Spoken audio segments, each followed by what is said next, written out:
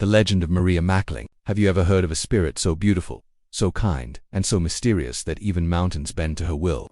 A woman who blesses the kind-hearted but curses the greedy. This is the tale of Maria Makiling, the guardian of one of the Philippines' most mysterious mountains. Stay with me, because this isn't just a love story. It's a story of kindness, betrayal, and the lessons we still need today. The Lady of the Mountain. Long ago, before the Philippines was touched by modern cities and highways, the land was wild, raw, and alive with spirits. In Laguna, there stood a majestic mountain that towered above forests and lakes. The people called it Mount Makiling. But Mount Makiling was no ordinary mountain. It was said to be guarded by a Dewata, a spirit sent by the gods. Her name was Maria Makiling. Maria was no ordinary woman. Her beauty was unmatched, hair as dark as midnight flowing down to her feet, skin as pale as moonlight, and eyes so bright they seemed to see straight into your soul. She wore robes of pure white, and wherever she walked, flowers bloomed, streams sparkled, and the air smelled sweeter. But Maria was more than beauty. She had a heart filled with kindness. She cared deeply for the farmers and villagers who lived at the base of the mountain. A spirit's kindness. Life was hard for the villagers.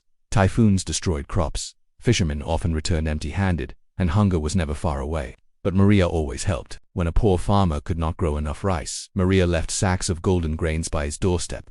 When a fisherman's net was empty, Maria filled it with the freshest catch. When mothers had no firewood to cook with, Maria left dry bundles neatly tied outside their huts. No one ever saw her leave these gifts, but everyone knew they came from the mysterious Lady of the Mountain. The people began to love Maria, not only for her beauty but for her generosity. She became their unseen protector, their silent guardian. The love that changed everything. Among those who admired her was a brave young man. Some say he was a farmer's son, others claim he was a warrior. Whatever his story, his heart belonged to Maria. Every day he climbed the mountain to see her, and to everyone's surprise, Maria welcomed him. The Dewata who turned away so many suitors gave her heart to this mortal man. They walked under the moonlight, shared laughter by the streams, and told stories beneath the trees. For a while Maria was happy, and the people believed love had softened her divine heart. But fate is never kind to love as pure as theirs. The Betrayal. One version of the story says the young man was called to war. Maria begged him not to go, but he promised he would return. Days turned into months, months into years, and Maria waited. She climbed the mountain peak every evening, her eyes searching the horizon, but he never returned. Another version says greedy villagers betrayed Maria. They had taken her gifts for granted. Instead of being grateful, they wanted more. Some even plotted to steal from her, mocking her kindness. Heartbroken, Maria saw the greed in their hearts and realized her love for humanity had been misplaced. In both stories, the end is the same. Maria's heart broke. The disappearance. One night, under a silver moon, Maria vanished. Some say she returned to the world of spirits. Others say she sank into the very heart of Mount Makiling, becoming one with the mountain itself. From that day forward, she was never seen as she once was. But the mountain bore her presence. Travelers spoke of a tall, graceful woman walking in the forest, guiding those who were lost. Fishermen swore that when storms raged, a woman's voice whispered directions that saved their lives. Yet there were darker tales too. Greedy men who entered the mountain never returned.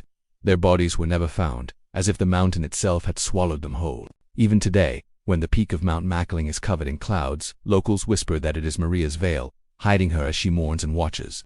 The lessons of Maria Makiling. But what does this story really teach us? Why has it been told for centuries? First, it is about kindness. Maria's gifts remind us that generosity should be appreciated, not abused. The people who betrayed her lost everything because they were blinded by greed. Second, it is about love and loss. Maria's heartbreak teaches us that even the strongest spirits can suffer when trust is broken. Love must be respected, not taken for granted. Finally, it is about nature and respect. Maria Makiling represents the mountains, forests, and rivers of the Philippines. When we take care of nature, it blesses us. When we abuse it, nature fights back. The mystery today. Even in modern times, people claim to have felt Maria's presence on Mount Makiling. Hikers tell stories of hearing a soft voice calling their name, only to turn and find no one there. Others say they saw a woman in white vanish into the trees. Some swear they got lost but were guided by a strange light back to safety. And still, there are those who entered the mountain with greed, cutting trees, hunting for profit, who never returned. Maria Makiling's legend lives on, not just as a story, but as a warning. So, do you believe Maria Makiling still walks among us? Is she a spirit, a guardian, or just a myth told to scare children? Maybe the next time you see Mount Makiling covered in mist, remember, it might just be Maria herself, watching silently, protecting her land, and judging your heart.